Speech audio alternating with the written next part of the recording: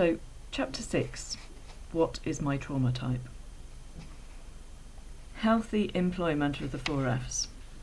Good enough parenting develops a healthy and flexible response repertoire to danger. There's an easy access to a fight response provides good boundaries, healthy assertiveness, and aggressive self-protection. A healthy flight response provides the ability to disengage and retreat when confrontation would enhance danger. Untraumatized people use freeze appropriately, using it to stop struggling when further activity or resistance is futile or counterproductive. The freeze response also allows us to become still and assess danger, making this decision over what to do next. And a healthy fawn response looks like listening, helping, and compromising as readily as they assess their own needs and rights and point of view. So with that, I'm simultaneously going, what the fuck, do these people actually exist? And also recognising when I have utilised these trauma responses in a healthy way. Yeah, it is possible. But fixation in any one of the 4 Fs limits our ability to access the others and impairs our ability to relax. There's a chart showing both the positive characteristics in the book. There's also a chart showing the negative ones. And the things that I wrote out from that chart was fight is enslaving, flight is outrunning pain, freeze is camouflaging, and fawn is grovelling. So our 4F defences remind us how we had to survive without comforting connection in childhood. They offer us protection against further reabandonment by precluding the type of vulnerable relating that leads to deeper bonding. Showing vulnerability often triggers painful emotional flashbacks. Fight types avoid intimacy by alienating others with their angry and controlling demands for unconditional love. Some fight types believe they are perfect and see the other as the one who needs to change, thus blaming a partner for relational problems. Flight types stay perpetually busy to avoid deeper relating. Others work obsessively to perfect themselves. Freeze types hide away in their rooms or gravitate to online relationships. And fawn types avoid emotional investment by barely showing themselves. They hide behind their helpful personas, over-listening, overdoing for the other. By over-focusing on their partner, they don't run the risk of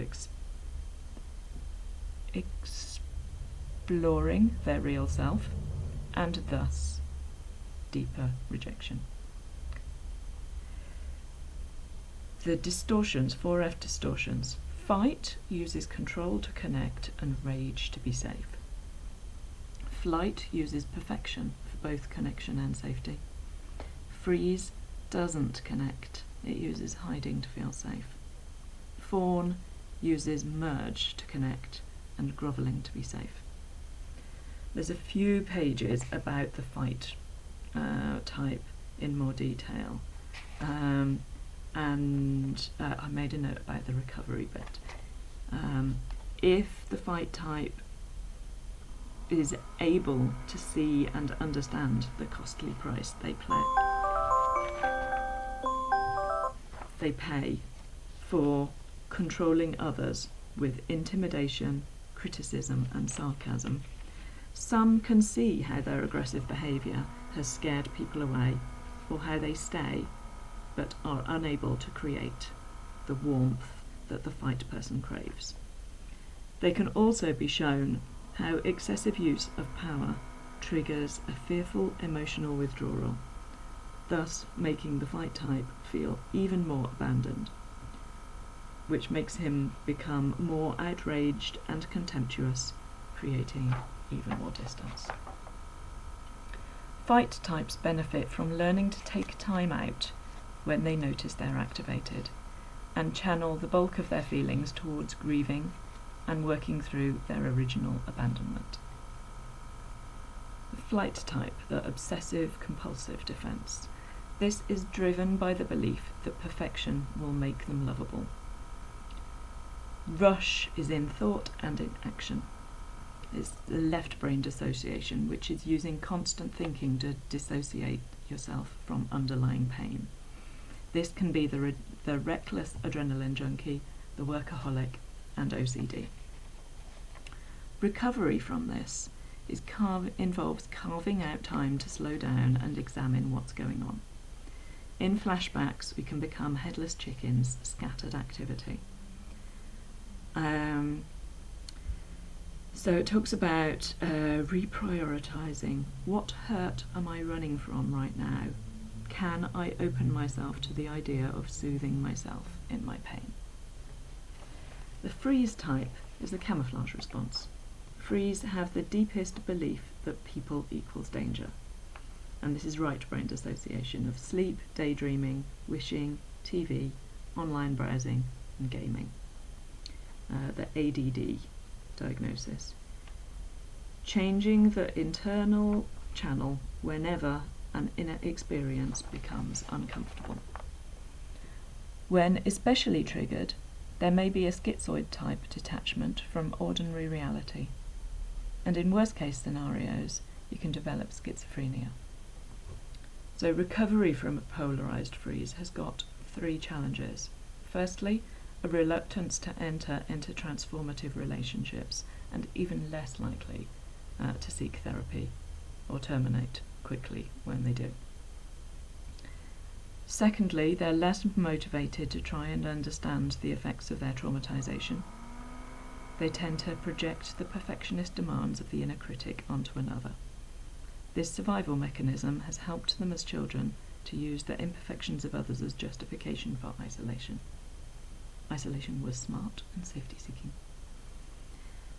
Thirdly, they're in denial about their life-narrowing consequences of this adaptation. They can have significant periods of contentment with isolation.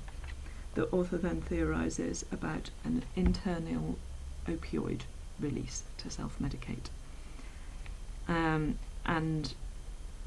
The freeze response can develop into a collapse response, which I know as flop. And the opioid production here turns into depression. The freeze type usually requires a therapeutic relationship, as isolation prevents healing through a friendship. Pets, books, and online groups are also valid here. Then we have the fawn, the codependent defence. Fawn types seek safety by merging with the wishes, needs, and demands of others. The fawn type learns early that some safety can be attained by being helpful and compliant.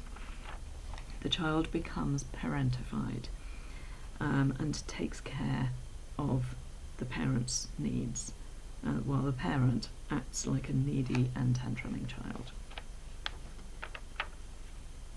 The child may become the parent's confidant, substitute spouse, coach, housekeeper, or to mother the younger siblings, or to be exploited sexually. Some codependent children learn to adapt by becoming entertaining to keep parents happy. Recovery from a polarised fawn response. Fawn types generally respond to learning about this response with relief. I know I did. It helps them recognise the repetition compulsion that attracts them to narcissists who exploit them. The codependent needs to understand how they give themselves away by over-listening to others. Recovery involves shrinking the listening defence and practicing broadening verbal and emotional self-expression. I've made a note about myself here that recognising that my intuition is a guidance, not an insistence, has been an important thing for me. Just the thought of saying no can trigger an emotional flashback. Then we move into trauma hybrids. We commonly have at least one primary backup, and then we'll slot into third and fourth responses. So, fight fawn hybrid this talks about the charming bully. So it can be borderline personality disorder and can fluctuate between these two positions of fight and fawn in a single interaction.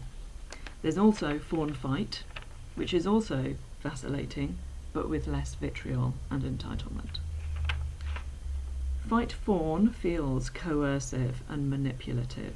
The aim is to achieve personal agendas. They don't take responsibility for contributing to a problem, and fawn behaviour lacks empathy. Can also look like fight in one relationship and fawn in another, which sounds a bit like PDA. Flight-freeze hybrid. This is least relational and most schizoid and can gain the ASD label. It avoids relationship traumatisation by working to exhaustion, then collapsing. More common in men, especially those traumatised for being vulnerable. They seek safety in intimate light relationships. The age of the book is apparent here. It talks about telecommuting as if it's an unusual thing. Hello, pandemic. The flight-freeze hybrid are prone to becoming porn addicts, which I feel that's a male stereotype. They engage more with ideal fantasy partners than real-life ones during sexual interactions.